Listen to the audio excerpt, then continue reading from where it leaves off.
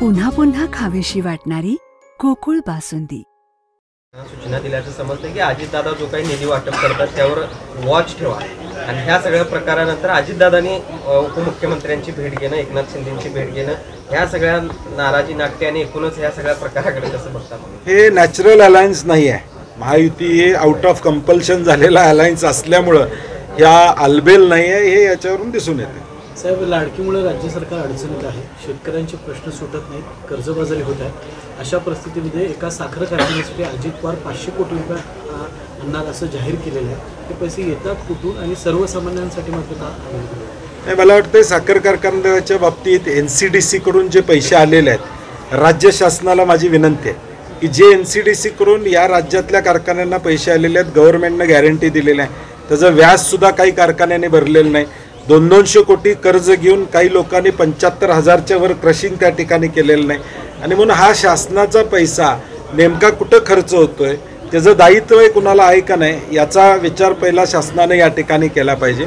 आणि मला वाटतं दादा सहकारामध्ये बरेच वर्ष काम करतायत, सहकारातूनच त्यांचं नेतृत्व पुढं आलेलं आहे। एका कारखान्यापुरता विचार न करता ही शुगर इंडस्ट्री राज्याची आहे, राज्यातले सगळे साखर कारखाने हे शेतकऱ्याच्या साठी काम करतात। सगळ्यांना धरून त्यांचं धोरण झालं तर राज्याच्या व्यापक हिताचा विचार त्यांनी केला असं सिद्ध होईल। अजून तो सत्ताधारी लोकांनी निर्णय घ्यायचा आहे, ते काय करणार आहे त्याच्याशिवाय आम्ही तर बोलून काय उपयोग आहे?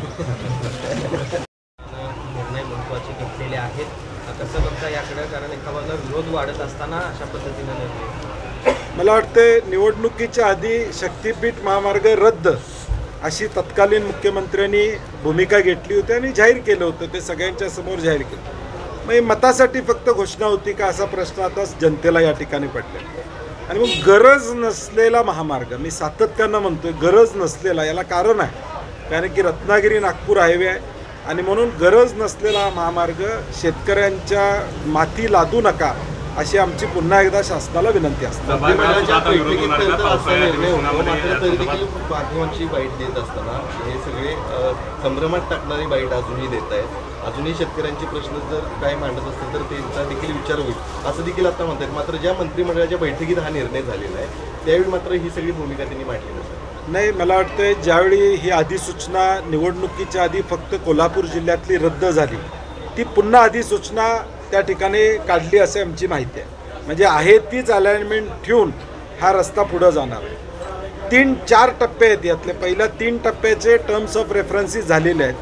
4थ्या टप्प्यामध्ये मात्र हा सगळा रस्ता सह्याद्रीच्या सगळ्या परिसरातून जात असल्यामुळं एन्व्हायरमेंट असेसमेंट आणि त्याचा इम्पॅक्ट हा झाल्याशिवाय हा 4था टप्पा घेणं शासनाला शक्य होणार नाही आणि म्हणून ती अलाइनमेंट बदलायचं हे करायचं अशा ज्या चर्चा आहेत ते साफ खोटं आहे।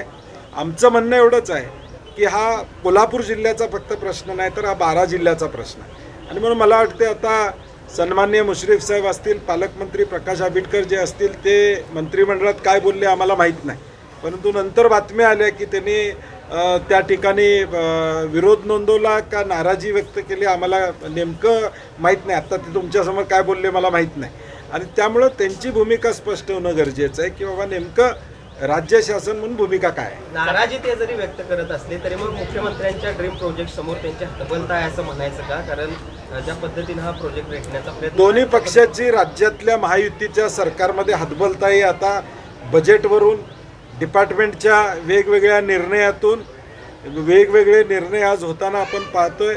आज अनेक मंत्री एकमेकाच्या विरुद्ध बोलताना आपल्याला पाहायला त्या ठिकाणी मिळते आणि या दोन्ही पक्षांना हे आता म्हणजे हतबलता ही दोन्ही पक्षाची वेगवेगळ्या माध्यमातून आता राज्यात दिसत आहे। आज या संदर्भात ऑनलाईन बैठक देखील होणार आहे शक्तीपीठच्या, तर काय नेमकं भूमिका असणार? 5 वाजता आम्ही 12 जिल्ह्यातल्या लोकांची ऑनलाईन बैठक या ठिकाणी घेतोय कारण की ताबडतोब सगळीकडे पोचणं शक्य नाही। काल आज राजू शेट्टी धाराशिवला त्या ठिकाणी आहेत, मी आज सोलापूरला एका कार्यक्रमानिमित्तानं जाणार आहे, तिथेही काही लोकांच्या माझ्या भेटीगाठी या ठिकाणी होतील आणि पुढची रणनीती या संदर्भात ती या 12 जिल्ह्यातली काय असेल हे आम्ही निश्चितपणे त्या ठिकाणी ठरवू। महाविकास आघाडी म्हणून या सगळ्या प्रश्नामध्ये पहिल्यापासून आम्ही आहोत, पुढे देखील शेतकऱ्यांच्या पाठीशी आम्ही राहू। अधिवेशनामध्ये काय मुद्दा या संदर्भातला मांडणार नाही, अधिवेशनात आम्ही मागच्या वेळी मुद्दा मांडलेलाच आहे। आता अधिवेशनात मंजूर किंवा हा नामंजूरचा विषय नाही, कॅबिनेटने याला मंजुरी दिलेली आहे. एका बाजूला 9.5 लाख कोटीचं कर्ज या राज्यावर आहे.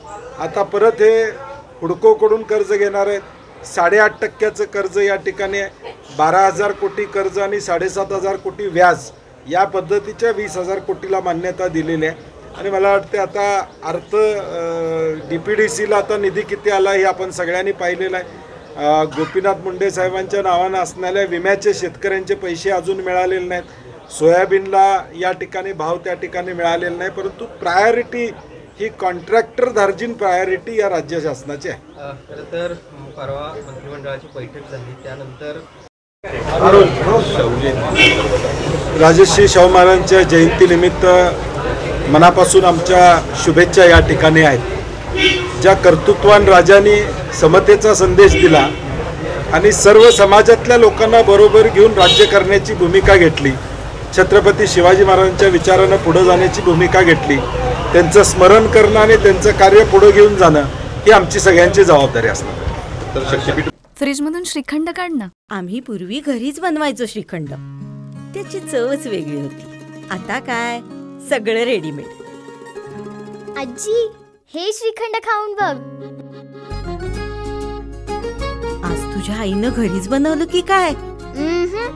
हे आहे गोकुळचं श्रीखंड. अगदी जिभेवर रेंगाळणार. जिभेवरच नाही तर मनावरही रेंगाळणार. गोकुळ श्रीखंड, मनावर रेंगाळणार. ताज्या बातम्यांसाठी RK न्यूजच्या YouTube चॅनेलला सबस्क्राईब करा आणि बेल आयकॉन प्रेस करा.